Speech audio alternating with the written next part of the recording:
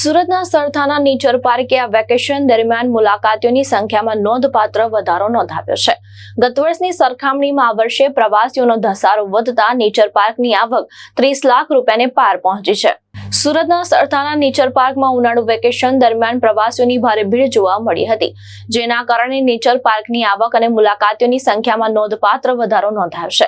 આંકડાઓ મુજબ વર્ષ 2025માં 5 મે થી 8 જૂન દરમિયાન કુલ 1,03,879 મુલાકાતીઓએ નેચર પાર્કની મુલાકાત લીધી હતી, જ્યારે વર્ષ 2026માં 4 મે થી 7 જૂન દરમિયાન આ સંખ્યા વધીને 1,09,189 પર પહોંચી છે।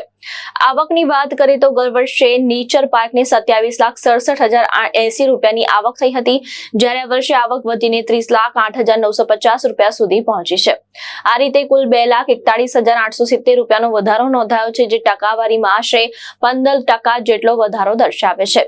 સિંહ, વાઘ અને વિવિધ પ્રકારના પક્ષીઓને નિહાળવા માટે સવારથી જ ટિકિટ બારી પર લાંબી કતાર જોવા મળી હતી। સરથાના નેચર પાર્ક આ વેકેશન દરમિયાન સુરતવાસીઓ અને બહારથી આવતા પ્રવાસીઓ માટે મુખ્ય આકર્ષણનું કેન્દ્ર બન્યું હતું। હું doctor Rajesh Patel, in-charge superintendent Sarthana nature park Surat મહાનગરપાલિકા। વેકેશન પૈકી છે કેવી આવક થઈ છે ને શું છે?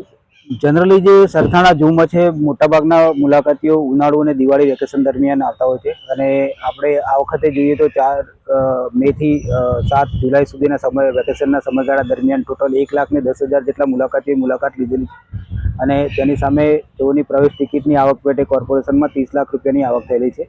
કમ્પેર કરીએ જો ગયા વર્ષનામાં, તો ગયા વર્ષે જે આપણે 4 મે થી 8 જુલાઈ સુધીના વેકેશનનો સમયગાળો હતો, તે દરમિયાન 1,04,000 જેટલા મુલાકાતીઓએ મુલાકાત લીધેલી હતી, અને 26,50,000ની આવક થઈ હતી।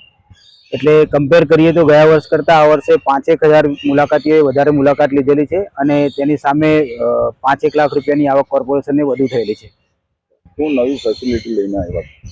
હમણાં તો રિસેન્ટ જે આપણે ભુવનેશ્વર ઝૂ સાથે એક્સચેન્જ પ્રપોઝલ હતું, એના અનુસંધાનમાં વાઘની જોડી અને બીજા હરણ ને બધાની સ્પીસીસનું એક્સચેન્જ કરેલું હતું, અને નજીકના ભવિષ્યમાં બીજા 2-3 ઝૂ સાથે અત્યારે એક્સચેન્જ પ્રપોઝલની વાત ચાલુ છે, જે CZAની મંજૂરી મળેથી આગળની કાર્યવાહી કરવામાં આવશે।